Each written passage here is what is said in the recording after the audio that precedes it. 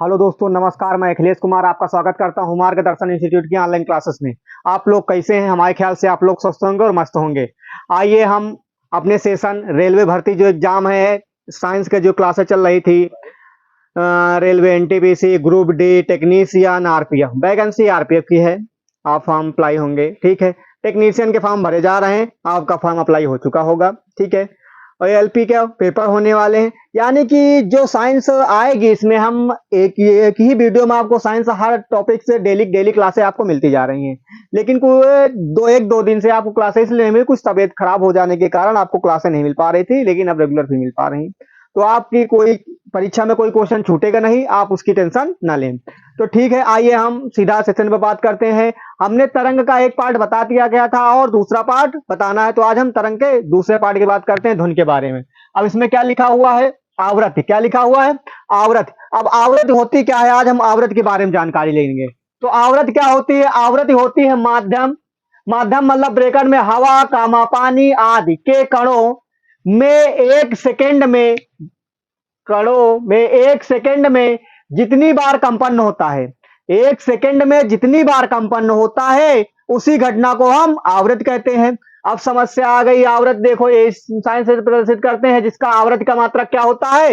Hertz होता है, जिसको एच जेड मिलता है ना। हाई स्कूल में पढ़े थे एच जेड, फिर इंटर में मिला है एच जेड। तो यानी क्या होता है? हर्ट्ज होता है, ठीक है। अब यहां पे टी क्या है? टी एक कंपन में लगा समय है। क्या है? टी एक कंपन में लगा समय है। ये इतनी बात आवृत्ति से पता चल गई कि नहीं? ठीक है।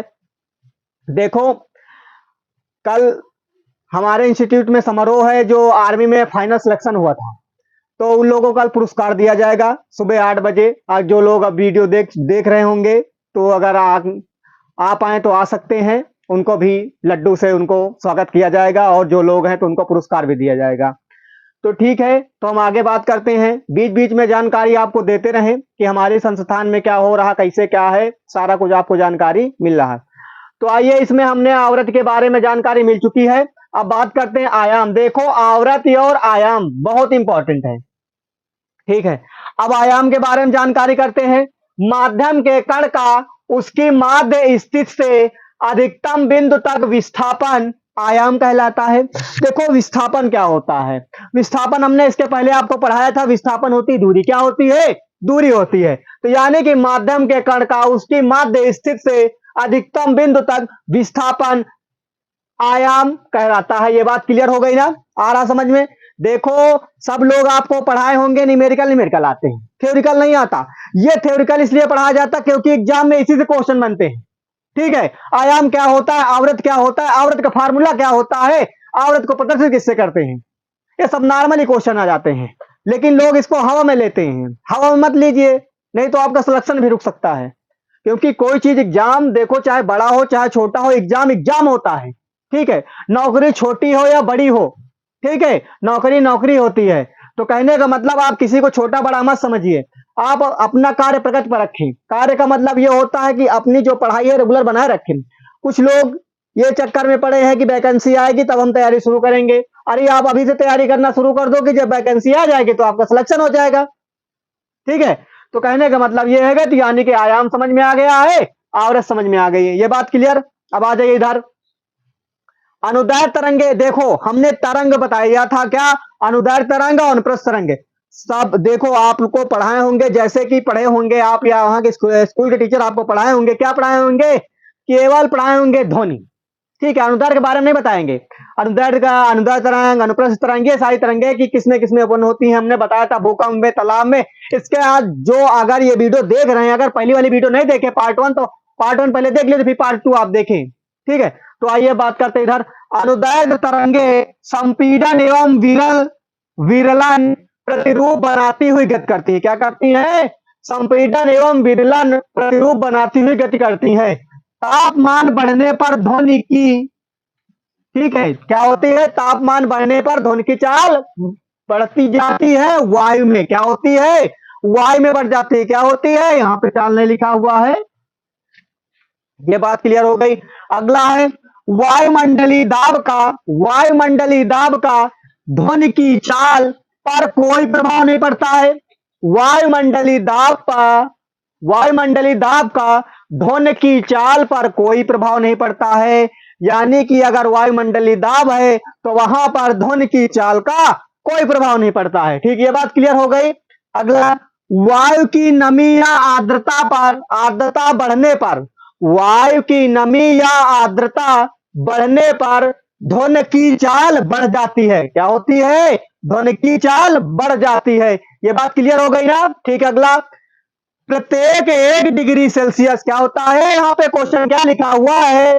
प्रत्येक 1 डिग्री सेल्सियस, यहाँ पे लिखा देखो, हिंदी में भी लिखा हुआ है 1 डिग्री सेल्सियस, ऐसे भी लिखा है 1 डिग्री सेल्सियस। तापमान वायु में बढ़ने पर ध्वनि की चाल 0.61 यानी 0.61 मीटर पर सेकेंड, या ये वाला देखो, दोनों बहुत इंपॉर्टेंट है।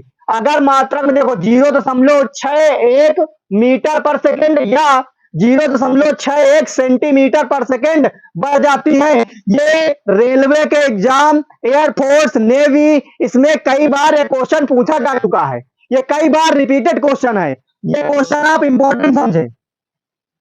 आपको हम जितने भी पॉइंट लिखाए हुए हैं सारे स्टार बना के लिखाए हुए हैं। तो यानी कि ये कई बार पूछा हुआ क्वेश्चन है, जो 0.01 मीटर पर सेकेंड या 0.61 सेंटीमीटर पर सेकेंड होता है। तो यानी कि ये बहुत इंपॉर्टेंट क्वेश्चन है। तो आप चाहे तो आप इनका क्या करें, स्क्रीनशॉट कर सकते हैं, या अगर हमारे साथ साथ अगर नोट कर लिए हो तो स्क्रीनशॉट करने के कोई जरूरत नहीं है। आइए अब आगे बात करते हैं। आगे इंपॉर्टेंट क्वेश्चन लिखे हुए हैं, देखो इसमें क्या लिखा हुआ है। समान बातचीत, क्या है? समान बातचीत के लिए 30 से 40 डेसिबल, कितने डेसिबल? 30 से 40 डेसिबल। तेज बातचीत के लिए 50 से 60। अब आज आपको समझ में आ गया है कि समान बातचीत किया जाए तो 30 से 40, अगर तेज बातचीत की जाए तो 50-40 डेसिबल, यानी कि 50 से 60 है। यहाँ पे है 30 से 40 और यहाँ पे है 50 से 60 डेसिबल। रॉक म्यूजिक, क्या है? रॉक म्यूजिक 110 से 115 डेसिबल, कितना है? 115 से, यानी कि डीबी लिखा देखो इधर, ठीक है, ये हो गया। पत्रों की सरसराहट, ठीक है, जो पत्र होते हैं यानी कि जैसे पेड़ पत्ते वगैरह पन्ने, तो यानी कि उनकी सरसराहट 10 से 20 डीबी, कितना? 10 से 20, ये हो गया। उसके बाद सायरन की आवाज देखो बहुत तेज होती है, सायरन की आवाज 110 से 120 डीबी, कितना? 110 से 120 डीबी। जेट वायुयान, क्या है? जेट वायुयान, जेट वायुयान की 140 से 150 डीबी, कितना? 140 से 150 डीबी। कारखानों की मशीनों की आवाज, कारखानों की मशीनों की आवाज 100 से 120 डीबी, कितनी? 100 से 120 डीबी। यानी कि ये हमारे क्या है, जैसे सामान्य बातचीत हो गए, सायरन आवाज हो गए। देखो ये एग्जाम में पूछे जाते जो इस सामने लिखे हुए हैं, ठीक है, आपके सामने जो लिखे हुए हैं ये एग्जाम में पूछे जाते हैं। ठीक, अब आगे आज इधर क्या है लिखा हुआ है, आइए इंपॉर्टेंट क्वेश्चन। विश्व स्वास्थ्य संगठन WHO के अनुसार, विश्व स्वास्थ्य संगठन WHO के अनुसार 45 डीबी, कितना? 45 डीबी की तीव्रता से अधिक वाली ध्वनि मनुष्य के लिए हानिकारक है। क्या है?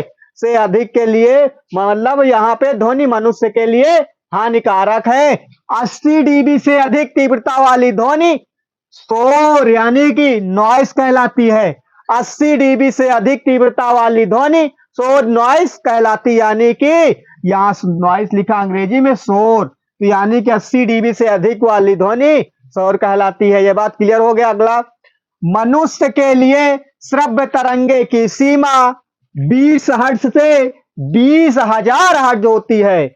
मनुष्य के लिए श्रव्य तरंग की सीमा 20 हर्ट्ज से 20,000 हर्ट्ज होती है। क्या होती है? 20 हर्ट्ज से 20,000 हर्ट्ज होती है। अब आ जाइए अपश्रव्य तरंगे, कौन तरंगे? अपश्रव्य तरंगे। देखो अब जब तरंगे चलेंगी तो इनको तो बताया जा रहा, लेकिन इसमें यह बताया जाएगा कि इनको कौन कौन सुन सकते हैं और कौन कौन नहीं सुन सकते हैं, उनके बारे में जानकारी आपको दी जाएगी। ठीक है, अब यहाँ पे लिखा है 20 हर्ट्ज से कम की आवृत्ति वाली ध्वनि। अब यहाँ पे जैसे ये होता है कि 20 से कम वाली आवृत्ति की ध्वनि को कौन कौन सुन सकता है, एग्जाम्पल में 4-5 नाम लिखे रहेंगे, इनमें से कौन सही है, इस तरह के आ जाते क्वेश्चन। ठीक है, अब आ जाइए कौन कौन से सुन सकते हैं और 20 हर्ट्ज से कम की आवृत्ति वाली ध्वनि कौन कौन होती है। तो यानी कि भूकंप के समय पृथ्वी के अंदर की कंपन तरंग, जब भूकंप वाले होता है ना तो कंपन होती है ना पृथ्वी, ठीक है। ज्वालामुखी, भूस्खलन एवं उनके पिंडों से उत्पन्न तरंगे। अब समझ जाइए 20 हर्ट्ज से कम की आवृत्ति वाली ध्वनि कैसे होती है, ये आपके सामने लिखे हुए हैं, बाद में आप इन पॉइंट को नोट कर लेना। ठीक है, अगला पराश्रव्य तरंगे। अब ये तरंगे ऐसी होती हैं कि जो मनुष्य नहीं सुन सकता है, 20,000 हर्ट्ज से अधिक तीव्रता वाली ध्वनि है। अब इनको कौन कौन सुन सकता है, चमगादड़, डॉल्फिन मछली, कुत्ता, बिल्ली, बंदर आदि।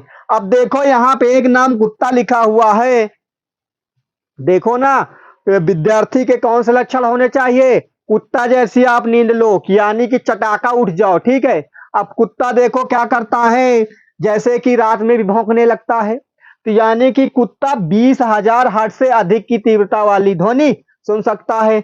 बिल्ली देखो रात में रोने लगती है, क्या होती है, बिल्ली रात में भी रोने लगती है। बंदर भी देखो रात में इधर उधर करने लगता है, उसको भी सुनाई देता है। चमगादड़ देखो रात्रि में उड़ते हैं, उनको डायरेक्शन पता चलता है कि यहाँ से यहाँ हमारा, जैसे शिकार करते हैं ना, जुगनू आपने सुना होगा, तो चमगादड़ जब वो तरंग के माध्यम से वो पता करता कि यहाँ पे है, तब वो शिकार करता है चमगादड़। ठीक है, यानी कि डॉल्फिन मछली, ठीक है, ये भी यानी कि 20,000 हर्ट्ज से अधिक की तीव्रता वाली ध्वनि सुन सकते। यानी कि होने से कोई चीज, जैसे आनी भूकंप ज्वालामुखी आने से पहले ये होता है, इनके कोई चीज आने से पहले इनको पता चल जाता। ये जो है हमारे कुत्ता, बिल्ली, बंदर, डॉल्फिन मछली, चमगादड़, ये सारे आप जो जानकारी मिल जाती है। तो अब हम जो यहां तक हमने बताए हैं, देखो छोटी छोटी वीडियो आपको इसलिए मिल रही है कि आपको देखो साइंस है, साइंस एक बोरिंग सब्जेक्ट है। बोरिंग ये लिए है कि बहुत से लोगों को साइंस समझ में नहीं आती है लेकिन नौकरी चाहिए। क्या होता है, साइंस समझ में भी नहीं आती है और नौकरी चाहिए। तो बात यह है कि नौकरी तो चाहिए लेकिन साइंस पढ़ना जरूरी है, नहीं तो रेलवे में आपको नौकरी नहीं मिलेगी। और अदरवाइज जैसे कि यूपीपी हो गए और कोई एग्जाम हो, लेखपाल वगैरह, उनमें 1-2-3 क्वेश्चन आते हैं। लेकिन जो क्या इसमें रेलवे में है, तो रेलवे में अच्छा खासा साइंस का रोल होता है। क्या होता है, अच्छा खासा साइंस का रोल होता है। तो इसमें 100% यानी कि आपको एक साइंस का सब्जेक्ट लेना पड़ेगा। ठीक है, तो चाहे ग्रुप डी हो, चाहे टेक्नीशियन, चाहे एनटीपीसी हो, चाहे आरआरबी हो, चाहे जैसा भी हो, इसमें कि जितने भी हैं, जितने विभाग हैं, सब में एक साइंस का रोल होता है। तो इसमें क्या होता है, साइंस का रोल में आपको साइंस अच्छी प्रकार से आनी चाहिए। ठीक है, मैथ की तरह जैसे साइंस आती है उसी तरह आपको आनी चाहिए। ये जो पॉइंट दिखाए जा रहे हैं इंपॉर्टेंट पॉइंट है। अब आपको तो निवेश के टाइम में ऐसे ऐसे मिलेंगे, लेकिन जो यहाँ बताया जा रहा है, जो मार्गदर्शन इंस्टीट्यूट के हम जो पढ़ा रहे हैं आपको क्लास, इसमें क्लास में आपको पूरा बेसिक्स लेके हाई लेवल तक का कोई चीज छोड़ा नहीं जा रहा है, आपको बहुत अच्छे प्रकार से पढ़ाया जा रहा है। तो इसमें यह है कि आपको कोई क्वेश्चन छूटेगा नहीं। आप अगर एक बार नोट्स बना के, अगर जैसे जैसे आप नोट्स बनाओगे वैसे से आपकी तैयारी बढ़िया चली जाएगी, होती चली जाएगी, और एक ही बार में एग्जाम आपका बीट हो जाएगा। तो ये जो हम क्वेश्चन लिखा रहे हैं सारे इंपॉर्टेंट है। ठीक है, अगर किसी प्रकार किसी को दिक्कत है तो कमेंट के माध्यम से बता सकता है। आप वीडियो तो देख तो लेते हो लेकिन ना लाइक करते हो ना कमेंट करते हो। तो आपको, जैसे कि आप जो लोग सब्सक्राइब किए हुए हैं, जो लोग नहीं किए हुए हैं, अगर उनके पास वीडियो हमारी जा रही है, सब्सक्राइब नहीं किए हो, तो पहले सब्सक्राइब कर लें, कम से कम आगे वाली वीडियो को पता चल जाए कि हाँ आगे वाली वीडियो आ रही है। ठीक है, तो कहने का मतलब जो भी हमारे संस्थान से आपको, जब हमारे संस्थान से जो जानकारी दी जा रही है यूट्यूब के माध्यम से, तो आपको मिलती रहे कि हाँ ये जानकारी मिल रही है। तो ठीक है, तो हम आज की क्लास साइंस की यहीं तक की रखते हैं। बाकी अगली क्लास देखो, ये जो तरंग का है सब लोग एक ही वीडियो में समाप्त कर देते हैं, केवल ध्वनि के बारे में बताते हैं। हम इसमें तरंग चैप्टर डलवाए हैं और तरंग के माध्यम सारी दुनिया जो भी है सब सारे कुछ बताते चले जा रहे हैं, इसलिए पार्ट वाइज इसे बदलते चले जा रहे हैं। तो ठीक है, तो हम आज की क्लास यहीं तक रखते हैं। बाकी धन्यवाद।